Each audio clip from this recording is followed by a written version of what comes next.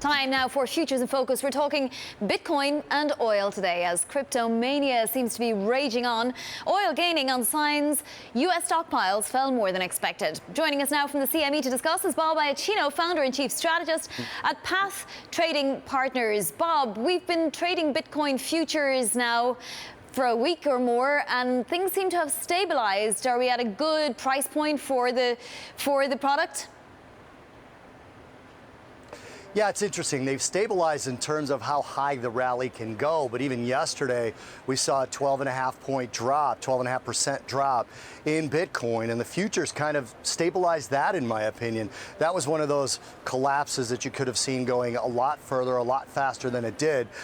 Strange to say that because it used to be crude oil was the most volatile product, which we'll talk about as well, I'm sure. But Bitcoin's got about 5 or 6 times the volatility of crude. And the futures contract from the CME group, to me, was the missing piece in finding the right price for this. For me, at this stage, in terms of transactability, I think Bitcoin, you take its intrinsic value, which is really just mining costs and nothing else, and you combine it with sort of a premium of where it may be in terms of usability and acceptance. I'm probably thinking it's better off at around $7,000 or $8,000. It is not justified here intrinsically or as a valuation, but the futures will vet that out because institutions will sell the cash and buy the futures and stabilize where it should be. Speaking of stability, we've seen a little of it for the oil market, WTI particularly. What do we see later on today when we get stockpiles?